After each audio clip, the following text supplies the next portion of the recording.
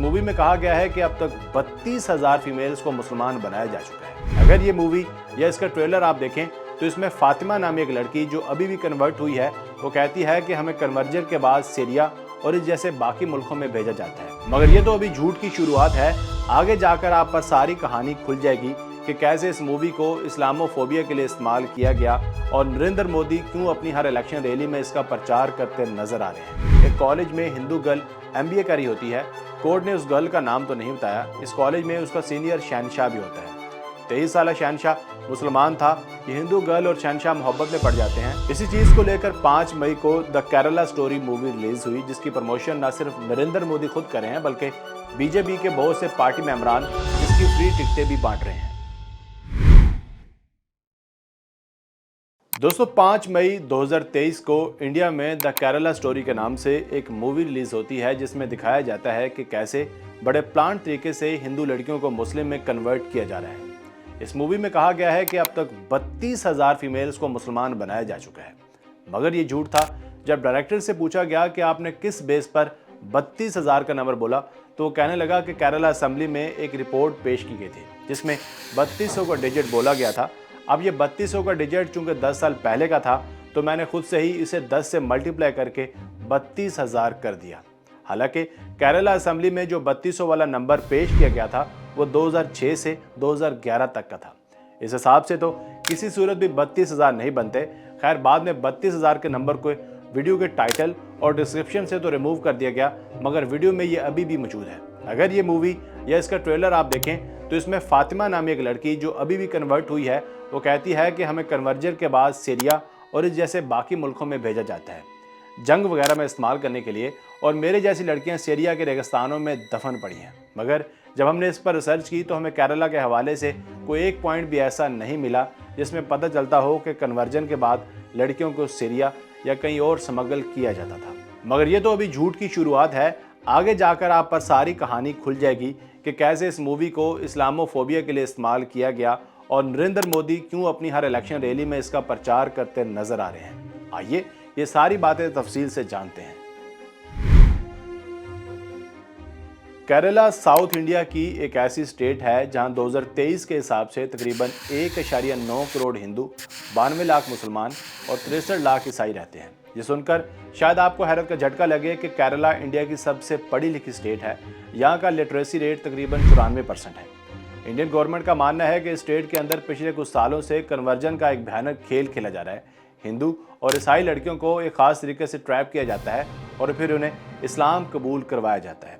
और मज़े की बात यह है कि वो इस्लाम को बखुशी कबूल करती हैं, मतलब किसी किस्म का कोई ज़ोर ज़बरदस्ती या ब्लैकमेलिंग भी नहीं होती। इसी चीज़ को लेकर 5 मई को the Kerala story movie release हुई, जिसकी प्रमोशन न सिर्फ नरेंद्र मोदी खुद कर रहे हैं बल्कि बीजेपी के बहुत से पार्टी मेंबरान भी इसकी फ्री टिकटें बांट रहे हैं। आखिर क्या है इस मूवी में कि अब ये मूवी कुछ ज़्यादा ही डिस्कस होने लग पड़ी है? आइए जानते हैं आज के इस वीडियो में। दोस्तों आइए अब इस सारे वाक़े को स्टेप बाय स्टेप तफसील से जानने की कोशिश करते हैं। केरला में IS यानी इस्लामिक स्टेट नामी एक ग्रुप एक्टिव होता है। इस ग्रुप का मकसद पूरी दुनिया के नॉन मुस्लिम लोगों को मुस्लिम में कन्वर्ट करना और दुनिया में मुस्लिम कम्युनिटी की तादाद को बढ़ाना था। ये लोग बड़े ही वेल प्लान्ड और स्ट्रक्चरल तरीके से नॉन मुस्लिम्स को उनकी मर्जी से कन्वर्ट करते थे। इस काम के लिए उन्होंने स्टेट की कई मुस्लिम NGOs से भी हाथ मिलाया। मगर इंडिया जैसे मुल्क में IS जैसे ग्रुप के लिए काम करना कोई आसान काम तो नहीं था, इसलिए यह ग्रुप वक्त के साथ साथ अपने नाम और काम करने के तरीकों में थोड़ा बहुत चेंज लाते रहे और फिर आखिरकार इसी ग्रुप की तरफ से 2006 में PFI यानी पॉपुलर फ्रंट ऑफ इंडिया की बुनियाद रखी गई। PFI एक पॉलिटिकल ऑर्गेनाइजेशन है और इसका काम भी सेम वही था जो IS का था, मतलब कि कन्वर्जन करवाना।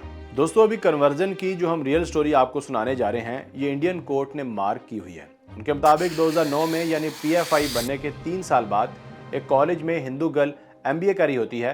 कोर्ट ने उस गर्ल का नाम तो नहीं बताया। इस कॉलेज में उसका सीनियर शहनशाह भी होता है। 23 साल शहनशाह मुसलमान था।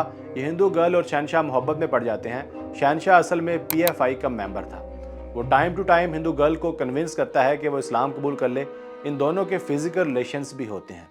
शहनशाह उस हिंदू गर्ल को अपनी माँ से भी मिलवाता है। उसकी माँ भी उस हिंदू गर्ल को कन्वर्ट करने का कहती है और मुस्लिम प्रेयर्स भी सिखाती है। हिंदू गर्ल शुरू में तो नहीं मानती, पर जब शहनशाह कहता है कि अगर तुम कन्वर्ट नहीं करती तो हमें यह रिश्ता यहीं ख़त्म करना होगा, क्योंकि मुस्लिम सिर्फ मुस्लिम से ही शादी करते हैं। इसी चक्कर में वो लड़की 18 जुलाई 2009 को शहनशाह के साथ पीएफआई की वोमेन विंग में जाती है, जहां उसके साथ एक क्रिश्चियन गर्ल भी होती है। ये दोनों लड़कियां यानी क्रिश्चियन और हिंदू लड़कियां कन्वर्ट हो जाती हैं। शहनशाह हिंदू लड़की से मोहब्बत करता था, जबकि 27 साला सराजुद्दीन क्रिश्चियन लड़की के इश्क में गिरफ्तार था। ये दोनों लड़के मुसलमान थे और पीएफआई के मेंबर थे। इन दोनों लड़कों का प्लान पूरा होता है। ये दोनों लड़कियां कन्वर्ट हो जाती हैं। अब कन्वर्जन के बाद पता चलता है, क्योंकि लड़कियों को शक होता है कि ये हमें बेंगलोर भेज देंगे और वहाँ किसी और से हमारी शादी हो जाएगी। इसलिए ये लड़कियां थोड़ा बहुत रेजिस्ट करती हैं, जिन पर उनकी शादियां सराजुद्दीन और शहनशाह से ही करवा दी जाती हैं। अब जैसा कि इन लड़कियों के घर वालों को पता चलता है, तो वो शहनशाह और सराजुद्दीन के खिलाफ पुलिस कंप्लेन कर देते हैं। शहनशाह और सराजुद्दीन धर ले जाते हैं और साथ ही लड़कियों को भी सुनवाई के लिए अदालत बुलवा लिया जाता है। हालांकि लड़कियों को समझाया गया था कि आपने सारे मामले में पीएफआई का नाम नहीं लेना, मगर लड़कियां फिर भी पीएफआई का नाम ले ही लेती हैं। दोस्तों, अब इस सारे वाक़े के बाद पीएफआई न सिर्फ केरला बल्कि पूरी इंडिया में बहुत बदनाम होती है। स्टेट के हिंदू विंग्स और एनजीओज वगैरह पीएफआई को बैन करने और उन पर सख्त क्रैकडाउन की डिमांड करती हैं। पुलिस पीएफआई के सीनियर मेंबर्स के घर छापे मारती है, जहां से उन्हें कुछ ऐसे एविडेंस मिलते हैं जिनसे पता चलता है कि पीएफआई का लिंक आईएस यानी इस्लामिक स्टेट के अलावा अलकायदा से भी मिलता था और मुमकिन है कि अलकायदा उनको फाइनेंशियल फंडिंग भी करा होता है।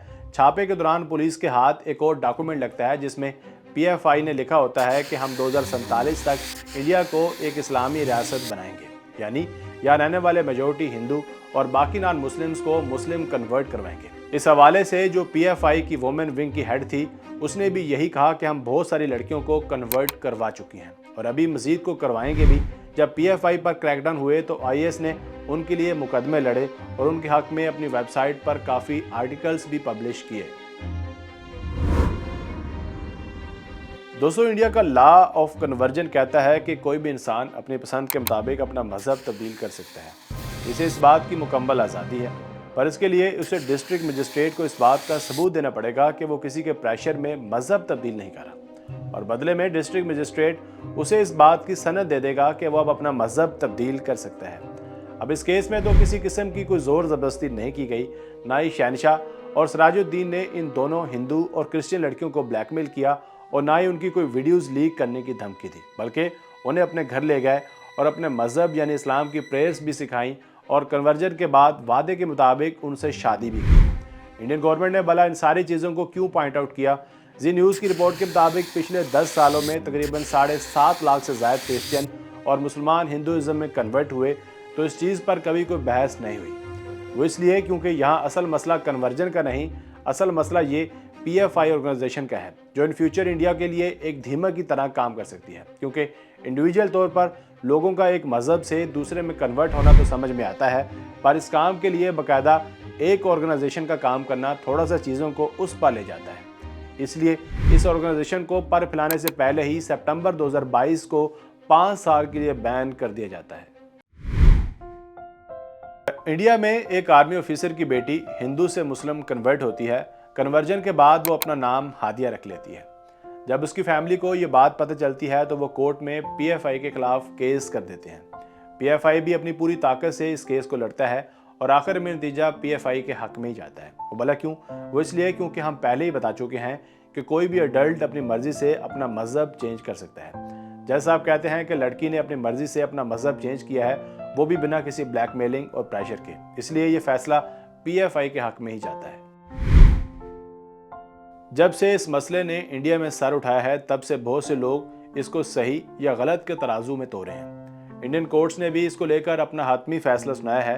इंडियन कोर्ट्स ने मूवी में दिखाए जाने वाले वाकयात को मैनिपुलेट करार दिया है और कहा है कि इस मूवी के शुरू में एक डिस्क्लेमर चलाया जाए, जिसमें बताया जाए कि ये मूवी एक फिक्शनल कहानी पर बेस करती है और इसमें दिखाया जाने वाला ये 32,000 वाला नंबर और बाकी जितने भी फिगर्स बताए गए हैं, उनका सच्चाई से दूर दूर तक कोई ताल्लुक नहीं है।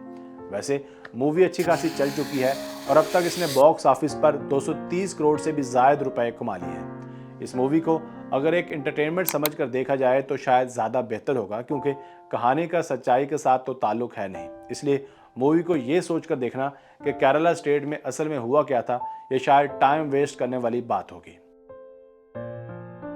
दोस्तों ये टॉपिक काफ़ी सेंसिटिव था, इसलिए हमने कोशिश की है कि हम न्यूट्रल रहकर वो बातें आपको बताएं जो वाकई में सच हैं और इंडियन कोर्ट्स ने खुद कही हैं। आप अपनी राय कमेंट सेक्शन में ज़रूर दीजिएगा। अगर वीडियो आपको पसंद आई हो तो प्लीज़ वीडियो को लाइक करके चैनल को भी सब्सक्राइब कर दीजिए। आपका बहुत शुक्रिया। मिलते हैं एक नए वीडियो के साथ, तब तक के लिए अल्लाह निगहबान।